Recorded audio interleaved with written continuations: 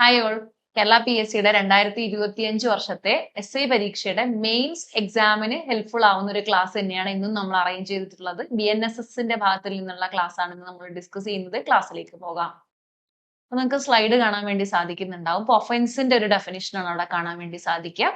Offence എന്ന് പറയുന്ന ഒരു ഡെഫിനിഷൻ ആക്ച്വലി നമ്മുടെ സിലബസിൽ നമുക്ക് പഠിക്കാൻ വേണ്ടി തന്നിട്ടില്ല. പക്ഷേ ഒഫൻസിന്റെ രണ്ട് ക്ലാസിഫിക്കേഷൻസ് നമുക്ക് പഠിക്കാൻ വേണ്ടി തന്നിട്ടുമുണ്ട്. കോഗ്നൈസബിൾ ഒഫൻസ് അതുപോലെ നോൺ കോഗ്നൈസബിൾ ഒഫൻസ് എന്നുള്ളത്. അപ്പൊ നമുക്ക് എന്താണ് ഒരു കോഗ്നൈസബിൾ ഒഫൻസ്, എന്താണ് ഒരു നോൺ കോഗ്നൈസബിൾ ഒഫൻസ് എന്ന് മനസ്സിലാക്കണമെങ്കിൽ ആദ്യം നമ്മൾ എന്താണ് ഒരു ഒഫൻസ് എന്ന് മനസ്സിലാക്കിയിരിക്കണം അല്ലെ. അപ്പം ആ ഒരു പർപ്പസിന് വേണ്ടിയാണ് നമ്മൾ ഇവിടെ ഒഫൻസിനെ ആദ്യം ഡിഫൈൻ ചെയ്യുന്നത്. ഒഫൻസിനെ BNSSന്റെ സെക്ഷൻ 21Qയിലാണ് ഡിഫൈൻ ചെയ്യുന്നത്. നോക്കാം. Offence means any act or omission. Omission എന്ന് പറഞ്ഞാൽ ഫെയിലിയർ ടു ആക്ട് ആണ്, which is made punishable by any law in force എന്നാണ് പറയുന്നത്. അതായത് ഒരു കുറ്റകൃത്യം എന്ന് പറഞ്ഞാൽ ഒരു ആക്ട് ആണ്, ഒരു പ്രവൃത്തിയാണ്, അല്ലെങ്കിൽ ഒരു ഒമിഷൻ ആണ്. ഒമിഷൻ എന്ന് പറഞ്ഞാൽ ഒരു കാര്യം ചെയ്യേണ്ടുന്ന, ലീഗലി ഒരു കാര്യം ചെയ്യാൻ ഉത്തരവാദിത്തപ്പെട്ട ആള് ആ കാര്യം ചെയ്യാണ്ടിരിക്കുക, ഒമിറ്റ് ചെയ്യുക എന്നുള്ളതാണ്. അപ്പൊ ഒന്നുകിൽ ഒരു ആക്ട് അല്ലെങ്കിൽ ഒരു omission which is made punishable by any law in India. ഇന്ത്യയിൽ ഏതെങ്കിലും ഒരു നിയമം പണിഷബിൾ ആക്കി വെച്ചിട്ടുള്ള ഒരു പ്രവൃത്തിയോ അല്ലെങ്കിൽ ഒരു ഒമിഷനോ ചെയ്തു കഴിഞ്ഞാൽ അതിനെയാണ് ഒരു കുറ്റകൃത്യമായിട്ട്, ഒരു ഒഫൻസ് ആയിട്ട് പറയുന്നത് എന്നാണ് BNSSന്റെ സെക്ഷൻ 21Qയിൽ ഡിഫൈൻ ചെയ്യുന്നത്. അപ്പൊ ഒരു ഒഫൻസിന് എക്സാമ്പിൾ ആയിട്ട് നമുക്ക് രണ്ട് കാര്യങ്ങൾ നോക്കാം. എന്ന് പറഞ്ഞാൽ ഒരു ആക്ടിന്റെ ബേസിലുള്ള ഒരു എക്സാമ്പിളും നോക്കാം, ഒരു ഒമിഷന്റെ ബേസിലുള്ള ഒരു എക്സാമ്പിളും നോക്കാം. അപ്പം stealing someone's wallet is an act that is punishable. ഒരാളുടെ വാലറ്റ് മോഷ്ടിക്കുന്നു അല്ലെങ്കിൽ ഒരു കട്ടെടുക്കുന്നു, മോഷ്ടിക്കുന്നു. അപ്പൊ തെഫ്റ്റ് ആണ് അത് അല്ലെ.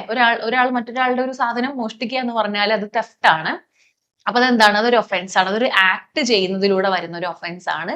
ഒരു ഒമിഷനൊരു എക്സാമ്പിൾ നോക്കുകയാണെങ്കിൽ lifeguards failure to rescue a drowning person is an omission.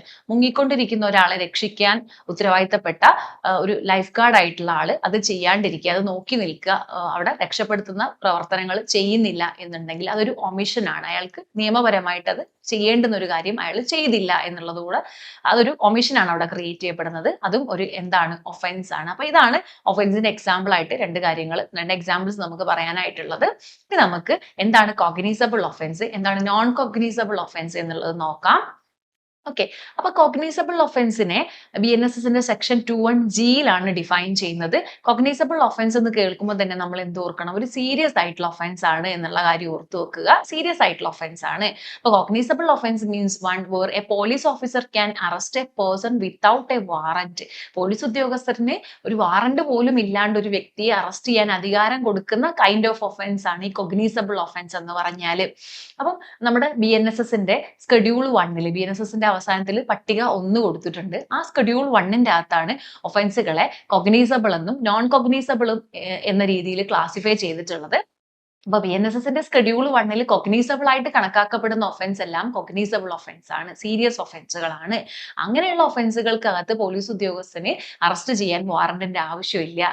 അതുപോലെ കോടതിയുടെ അനുമതി ഇല്ലാണ്ട് തന്നെ മുൻകൂറായിട്ട് ഒരു കുറ്റകൃത്യം നടന്നു എന്ന് ബോധ്യപ്പെടുന്ന സമയത്ത് FIR രജിസ്റ്റർ ചെയ്യാനുള്ള അധികാരം പോലീസിന് കൊടുക്കുന്ന ഒരു കൈൻഡ് ഓഫ് ഒഫൻസ് ആണ് കോഗ്നൈസബിൾ ഒഫൻസ് എന്ന് പറഞ്ഞാല്. അപ്പൊ അവിടെ ആദ്യം അറസ്റ്റ് ചെയ്യാൻ പറ്റും, അതിനുശേഷം കോടതിയിൽ റിപ്പോർട്ട് ഫയൽ ചെയ്താൽ മതി, അല്ലെങ്കിൽ FIR കോടതിയിൽ കൊടുത്താൽ മതി എന്നുള്ളതാണ് ഈ ഒരു കോഗ്നൈസബിൾ ഒഫൻസിന്റെ പ്രത്യേകത എന്ന് പറയുന്നത്. മർഡർ പോലുള്ള, റേപ്പ് പോലുള്ള, അല്ലെങ്കിൽ തെഫ്റ്റ് പോലുള്ള, ഡെക്കോയിറ്റി പോലുള്ള, ഹ്യൂമൻ ട്രാഫിക്കിംഗ് പോലുള്ള, റോബറി പോലുള്ള സീരിയസ് ആയിട്ടുള്ള ഒഫൻസ് ആണ് ഈ ഒരു കോഗ്നൈസബിൾ ഒഫൻസിന്റെ കൂട്ടത്തിൽ വരുന്നത് എന്ന് പറഞ്ഞാല്. ഓക്കെ. അപ്പൊ കോഗ്നൈസബിൾ ഒഫൻസ് പറഞ്ഞാൽ സീരിയസ് ഒഫൻസ് ആണ്. അവിടെ പോലീസിന് വാറണ്ട് ഇല്ലാണ്ട് അറസ്റ്റ് ചെയ്യാൻ പറ്റും എന്നുള്ളതാണ് അതിന്റെ ഏറ്റവും വലിയ പ്രത്യേകത എന്നുള്ളത്. ഓക്കെ. ഇനി നോൺ കോഗ്നൈസബിൾ ഒഫൻസ് എന്താന്ന് നോക്കാം. BNSSന്റെ സെക്ഷൻ 21Oയിലാണ് നോൺ കോഗ്നൈസബിൾ ഒഫൻസിനെ ഡിഫൈൻ ചെയ്യുന്നത്. നോൺ കോഗ്നൈസബിൾ ഒഫൻസ് എന്ന് പറഞ്ഞാൽ കോഗ്നൈസബിൾ അല്ലാത്ത ഒഫൻസുകൾ എന്നുള്ളതാണ്. BNSSന്റെ സ്കെഡ്യൂൾ 1ന്റെ അകത്ത് തന്നെയാണ് ഒഫൻസുകളെ നോൺ കോഗ്നൈസബിൾ ഒഫൻസ് എന്ന രീതിയിലും ക്ലാസിഫൈ ചെയ്തിട്ടുള്ളത്. അപ്പൊ ബേസിക് ആയിട്ട് നോൺ കോഗ്നൈസബിൾ ഒഫൻസ് എന്ന് പറയുമ്പോൾ നമ്മൾ ഓർക്കുക, ഈ കോഗ്നൈസബിൾ ഒഫൻസിന്റെ അത്രയും സീരിയസ് അല്ലാത്ത ഒഫൻസുകളാണ് നോൺ കോഗ്നൈസബിൾ ഒഫൻസ് എന്ന് പറഞ്ഞാൽ. അപ്പൊ നോൺ കോഗ്നൈസബിൾ ഒഫൻസിന്റെ പ്രത്യേകത എന്താ? നോൺ കോഗ്നൈസബിൾ ഒഫൻസിന്റെ അകത്ത് പോലീസിന് കേസ് എടുക്കണമെങ്കിലോ അറസ്റ്റ് ചെയ്യണമെങ്കിലോ FIR ഇടണമെങ്കിലോ ഒക്കെ കോടതിയുടെ അനുമതി വേണം എന്നുള്ളതാണ് നോൺ കോഗ്നൈസബിൾ ഒഫൻസിന്റെ പ്രത്യേകത എന്ന് പറയുന്നത്. അവിടെ കൊടുത്തിട്ടുണ്ട്. Non-cognizable offense means an offense for which a police officer has no authority to arrest without warrant. Warrant ഇല്ലാണ്ട് പോലീസിന് അറസ്റ്റ് ചെയ്യാൻ അധികാരം ഇല്ലാത്ത ഒഫൻസുകളാണ് നോൺ കോഗ്നിസബിൾ ഒഫൻസ് എന്ന് പറയുന്നത്. ഒരു നോൺ കോഗ്നിസബിൾ ഒഫൻസിന് പോലീസിനെ അറസ്റ്റ് ചെയ്യണം എന്നുണ്ടെങ്കിൽ കോടതിയുടെ വാറണ്ട് ആവശ്യമുണ്ട് എന്നുള്ള കാര്യമാണ് നമ്മൾ ഓർത്തു വെക്കേണ്ടതായിട്ടുള്ളത്. അതുപോലെ പോലീസിന് കോടതിയുടെ മുൻകൂറായിട്ടുള്ള അനുമതിയോ ഡയറക്ഷനോ ഒന്നും ഇല്ലാണ്ട് ഒരു നോൺ കോഗ്നിസബിൾ ഒഫൻസിന്റെ അകത്ത് FIR രജിസ്റ്റർ ചെയ്യാൻ വേണ്ടി സാധിക്കില്ല എന്നുള്ളതാണ് നോൺ കോഗ്നിസബിൾ ഒഫൻസിന്റെ പ്രത്യേകതയായിട്ട് നമ്മൾ ഓർക്കേണ്ടുന്ന കാര്യം എന്ന് പറയുന്നത്. എക്സാമ്പിൾ ആയിട്ട് പറയുകയാണെങ്കിൽ ഇപ്പൊ ഡിഫമേഷൻ ഒക്കെ നോൺ കോഗ്നിസബിൾ ഒഫൻസിന് ഉദാഹരണമാണ്. അപകീർത്തിപ്പെടുത്തൽ എന്ന് പറയുന്ന കൈൻഡ് ഓഫ് കേസ് ഒക്കെ നോൺ കോഗ്നിസബിൾ ഒഫൻസിന് എക്സാമ്പിൾ ആണ്.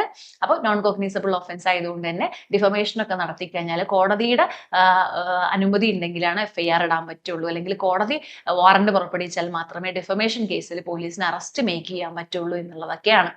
ഡിഫമേഷൻ മാത്രമല്ല, ഒരുപാട് കാര്യങ്ങളുണ്ട്. എക്സാമ്പിൾസ് ആയിട്ട് കുറച്ച് കാര്യങ്ങൾ പറയുകയാണെങ്കിൽ റോങ്ഫുൾ റെസ്ട്രെയിൻറ്റ്, അന്യായമായി തടഞ്ഞു വെക്കൽ, അല്ലെങ്കിൽ obstructing public servant in discharging his public functions, സർക്കാർ ഉദ്യോഗസ്ഥൻ്റെ അല്ലെങ്കിൽ പബ്ലിക് സെർവൻറ്റിന്റെ ജോലി തടസ്സപ്പെടുത്തുന്ന പോലുള്ള കാര്യങ്ങൾ എല്ലാം എന്താണ് ഒരു നോൺ കോഗ്നിസബിൾ ഒഫൻസിന് എക്സാമ്പിൾ ആയിട്ട് നമുക്ക് ഓർത്തു വെക്കാൻ വേണ്ടി പറ്റുന്നതാണ്. അപ്പൊ ഈ ഒരു ക്ലാസ്സിൽ നമ്മൾ എന്താണ് കുറ്റകൃത്യം, എന്താണ് കുറ്റകൃത്യത്തിന്റെ രണ്ട് വകഭേദങ്ങളായിട്ടുള്ള കോഗ്നിസബിൾ കുറ്റകൃത്യം എന്താണ്, നോൺ കോഗ്നിസബിൾ കുറ്റകൃത്യം എന്താണ് എന്നുള്ളതാണ് പറഞ്ഞത്. നോൺ കോഗ്നിസബിൾ കുറ്റകൃത്യത്തെ സെക്ഷൻ 2(1) യിലാണ് ഡിഫൈൻ ചെയ്യുന്നത്. ക്ലിയർ ആയെന്ന് വിചാരിക്കുന്നു.